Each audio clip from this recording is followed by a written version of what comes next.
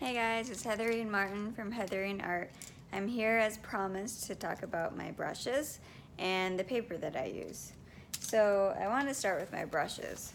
And this is the carrying case that I use, and it has slots for probably 10 to 15 brushes.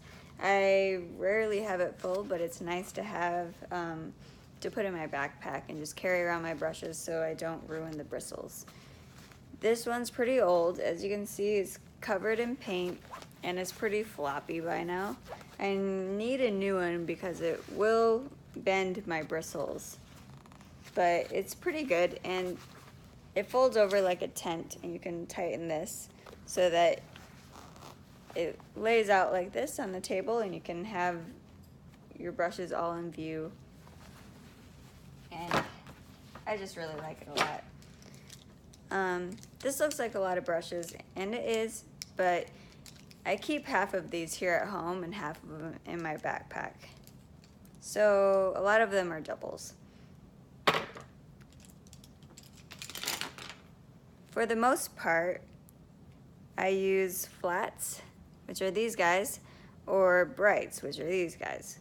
And I have a preference for flats because they have a longer bristle, and they're more flexible and just more fun to paint with, in my opinion. But either one will work. I have a 3/4 inch that I use mostly if I'm doing a 7x10 or 6x8 painting. It's really good to just use this to block in basic shapes. I always start with the biggest brush first, and then I kind of narrow it down to a smaller brush. I do have a 1-inch flat, which is nice if you use a 9x12 paper. Here is a 1/2-inch flat, and I probably use this brush the most. It's really nice. The reason why I like flats is because you can get a nice broad stroke, or you can use the edges of it and get a nice narrow line. And then sometimes I use the very corner of it just to get in like smaller detail work. So if I were to recommend 3 brushes that you use, I would recommend a nice round. This is a Kolinsky hair brush. They're kind of expensive, but I think it's worth it. They really hold a lot of pigment in them, and they come up to a nice fine point, so you can get a very thin line, or you can get a thicker line.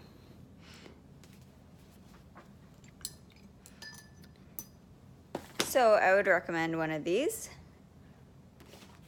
And where is it? A nice 1/4 inch flat. Mine are kind of ruined, but they still work. These have lasted me forever, and I'm pretty terrible about cleaning them. So that's another reason why I like gouache. So as I was saying, so you want a round 1/4 inch flat, a 1/2 inch flat, and I would say either 1 inch or 3/4 inch flat, depending on what size you want to work with. I have gotten away with doing an entire painting with a 1/4 inch flat. So, you know, if you only could afford one brush, I would say get this one. I'm not very picky about the brands. I pretty much go with whatever's cheapest, but I do stick with watercolor brushes the most. I have all sorts of brands, whatever is on sale. And another brush that's nice to have is a rigger. Riggers are really long, thin, basically rounds, and they're good for doing a lot of long straight lines, like power lines, or I think they're called it because they're made for painting rigger boats, or rigger, I don't know. I'm not a boat person. But you can come up with really long, fine lines that are nice and straight. well, somewhat straight. So that pretty much covers my brushes. Let's talk about the papers now. I've used a lot of different papers, and I've come to the conclusion that this is my all-time favorite. They also happen to be some of the most expensive papers that you can buy. This alone, I think, is around $20, $25 at like Dick Blick's or Jerry's Artorama. And they sell for nearly double that in some stores. This one is cold press paper, so you can see the texture. It's nice and toothy, and it really absorbs the water well. There's 20 sheets in here, and they're 140-pound paper, so it's pretty thick. Here's an example. You can see that it's still pretty straight, not too bendy, and the colors remain really vibrant on this paper, noticeably more than any other paper, I would say. I keep all my paintings in storage in boxes, and when I see this paper, there's just such a noticeable difference to me. So for all of my paintings that I want to sell in galleries or something, I'm going to stick with Arches watercolor paper. I use the cold press, but I've used the rough texture before, and it's really toothy, but it is kind of fun to play with, so that might be an option. I've also used the hot press paper, which is super smooth, and in my opinion, it was awful because the paint just kept coming off, but I have a friend that swears by it, so it really depends on what you like. If you do get the Arches watercolor, I recommend getting the blocks. And if you aren't familiar with blocks, this is all glued. All the sides are glued in. So it keeps it nice and flat. I really like it. It has a small opening at the top, and as you can see, you can kind of take a knife in once you're finished and peel off the page that you want to take out. I like it because it acts like just a big, nice, heavy board, and the pages don't get all warped. They come in all different sizes. This is 9 by 12. I made this painting on this board.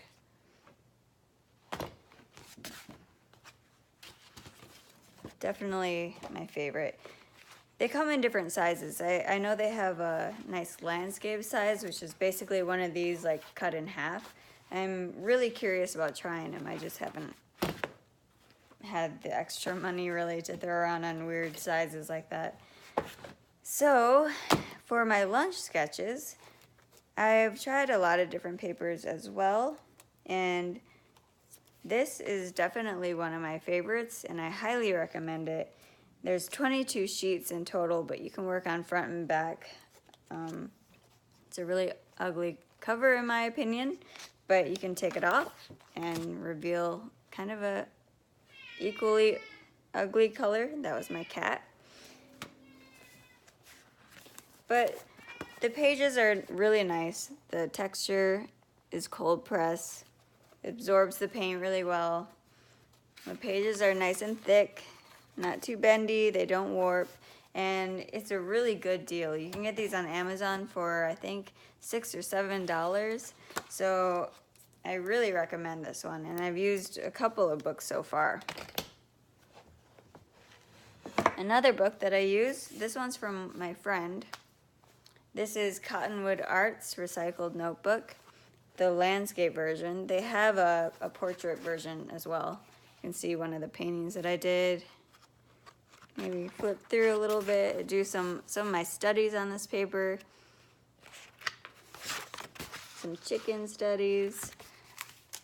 I get a lot of questions about this book, and I love working on this paper because it's really smooth, and it just feels nice and silky working on it.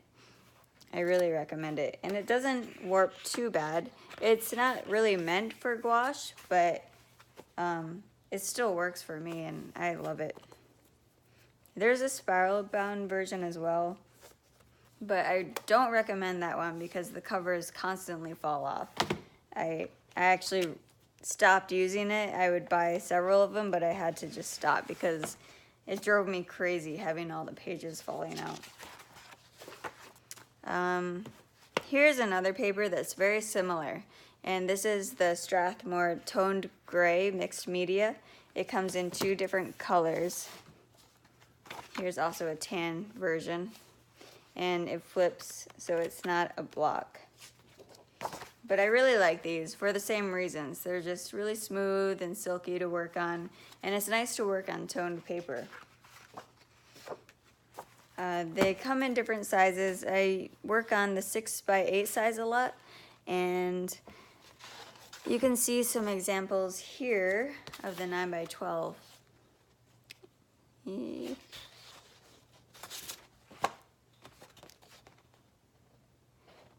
So if you use tape, I do notice that these ones tear quite a bit, which is kind of annoying. I don't use tape anymore because I wasted a lot of tape and it just wasn't really necessary for studies, in my opinion. But I really recommend that paper as well. I have a whole drawer full of it. Haven't used it in a little while. But yeah, that's about it for the sketchbook paper. Oh, so if the Arches watercolor blocks are a little too pricey for you, I also recommend the Fluid watercolor paper.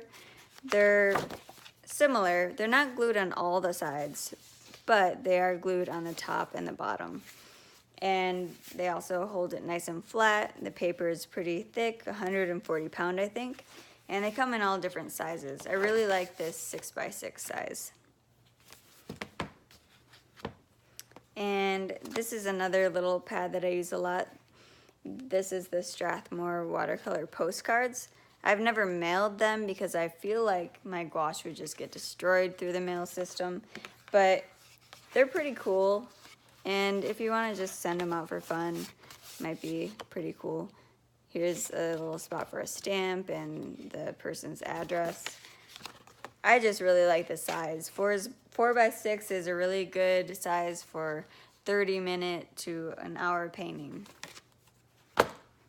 Lastly is Aquaboard. This is by Ampersand. I use their gesso board a lot for oil painting, but I saw that they had this for watercolor media, and I wanted to try it out, and I used it several times since then. It's pretty nice. I don't know if you can see the texture. It's got a light texture to it, and it's a little interesting. I think I might stop using this one, but I'm not sure yet. I still have a bunch left. But I did find that the colors are more washed out than normal.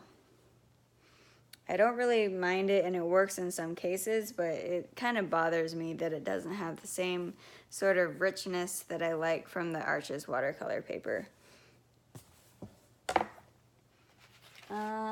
It also comes in a cradled version. I have these for plein air competitions because I didn't want to frame them, and this is just a lot easier. But I don't really recommend it because I'm not quite sure how to varnish gouache yet. I haven't really tried it. I've heard that it works for some people, but it will change the values and colors, so I just haven't done it yet. Anyway, I think that's it. If you have any questions or comments, please leave them and I'll try to answer them. And if you have any other recommendations for me to try, I would love to hear them. So that's it. Thanks for listening.